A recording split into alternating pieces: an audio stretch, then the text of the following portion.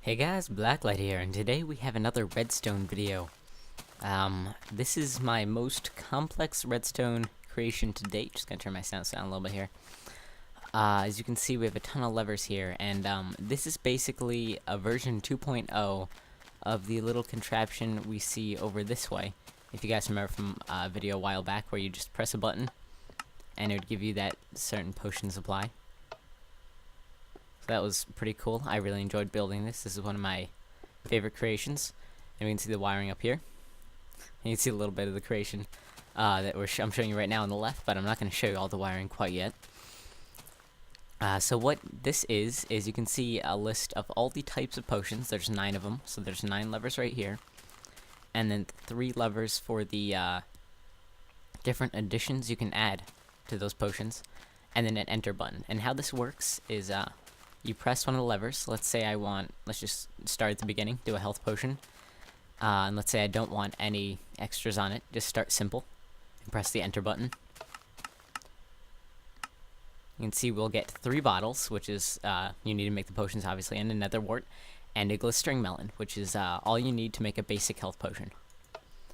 So I'm just going to get these out of my inventory here. Let's say we want to do something a little bit more complicated. Let's do a regeneration potion, extended, and splash potion. We press enter. And we get momentary lag just from all the redstone going off. And you can see we get the 3 bottles, the nether wart, and then the gas tier to make it regen, gunpowder to make it splash, and redstone to make it extended. So it gives exactly what we need. And now I'm going to do the one that is gives us the most items for everything. So damage, which you need quite a bit of supplies for by itself. There is no extended for damage, although I technically could just leave it like this and it would give me gunpowder, or redstone. But I'm not going to just because that doesn't exist. Tier 2 and splash. So we just click this lever. And you can see we get all the items necessary. Bottles, nether wart, and then you make a poison. And then you add a fermented spider eye, makes it damage, and then glowstone to make it more powerful, and then gunpowder to make it splash. So that's really cool. That's a demonstration of it working.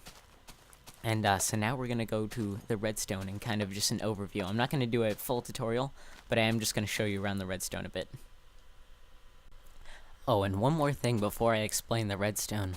Let me show you another cool feature of this. So let's do my favorite type of potion.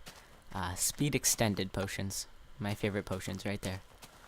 Press the enter button and we'll get the supplies. But the nice thing about this system is that you do not have to re-enter the combination once it's set. So if I want to make a couple batches, all I have to do is press the enter button again.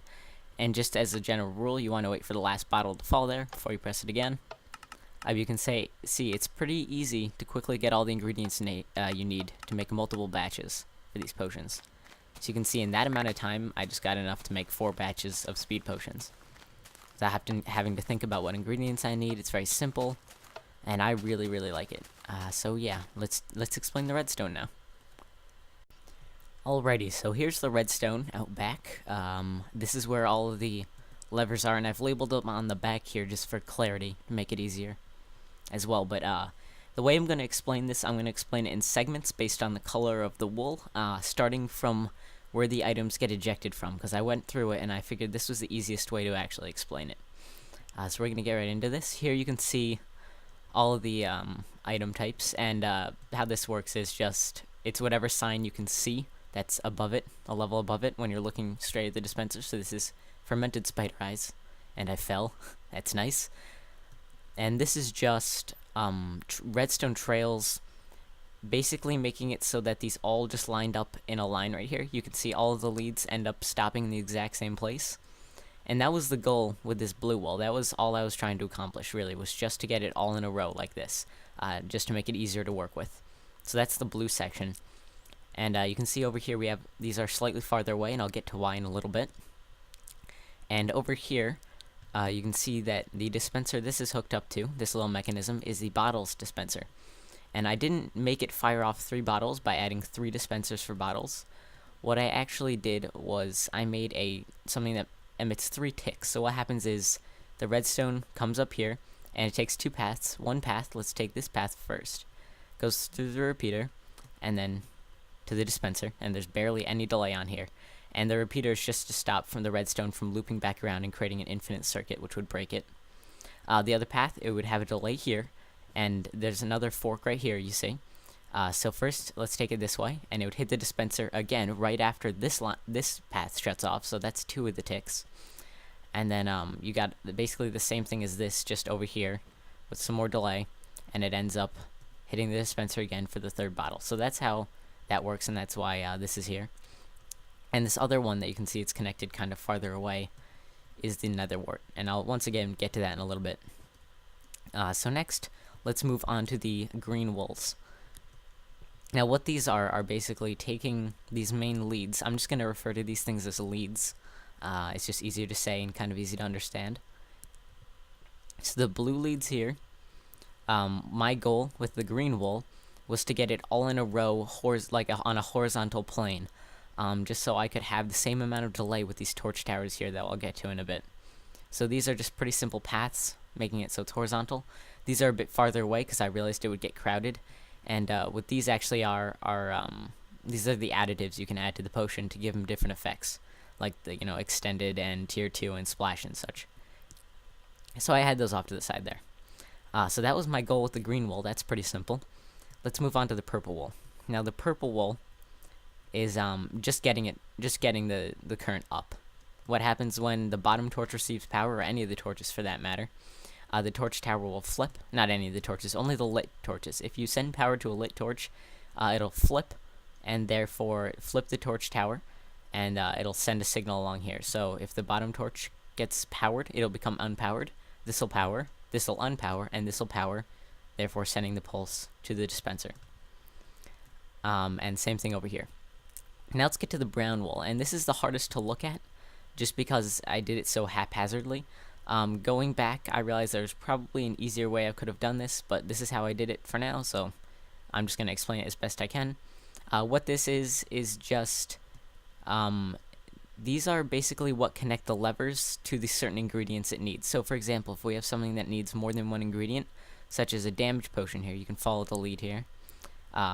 It takes 2 paths, one down here, which leads to the fermented spider eye dispenser eventually, and the other path up here, which leads to the spider eye, since we need both of those. And that's why we needed this whole brown mess, and I couldn't just have something on the back of those lamps just leading right to the dispensers. That's why all this mess is basically necessary. And same deal with over here and those levers across the wall. Now probably the toughest part to create. All of this, I mean, it took a while just because there's so much wiring to do. But it was pretty straightforward. It was basically get the current from point A to point B, which can take a while, but it's not difficult. This was the difficult part. This took so long. I think this took more than half the time to do, just this red wool right here. And the reason why is because each of these columns, you see, each block thick column is an AND gate. And if you don't know what an AND gate is a gate that has 2 inputs and 1 output, and both inputs need to be sending power for the output to turn on. So you can see here, when this is turned on, that'll mean that the output is giving power. So we need to turn not just one input on, but both inputs on. And this is a basic AND gate. But with how my levers are set up across the wall here, I needed to have my AND gates only take up 1 block of space. I don't exactly know how to say this, but they need to be 1 thick. And they also needed to not interfere with the AND gate next to them. So it was a bit of a challenge, and this kind of zigzag pattern helped with that quite a bit. So this is my design for the AND gate, and it may be a little hard to look at right now, so I'll just quickly explain it. We have this torch here. This is the output, and these 2 levers are the input. Now, first we need to discuss what's keeping this torch unpowered. Well, that's this redstone right here. Now, what's powering this redstone is both of these torches, which are directly connected to our inputs. So basically, it's the same type of thing. Both inputs need to be on for the output to turn on there. You can see if we turn one of them off, output turns off. And why we needed AND gates is because you remember the items don't fall until we press the enter button, and I did that on purpose. So what needs to happen is when you press the levers on the other side of the wall, I'm just going to break through the wall right here. We'll just do the damage potion lever, I guess, for now. Actually, yeah, sure, damage, whatever. We click it, and you can see, unlike the other ones, its input is powered back here. This torch is turned off, unlike all the other ones here. But this is still lit because of down here. You can see the other input right here. And this is set up slightly different, but it's basically the same thing as that. The torch on the bottom is just slightly moved. And the other input is actually the enter button. You can see over here.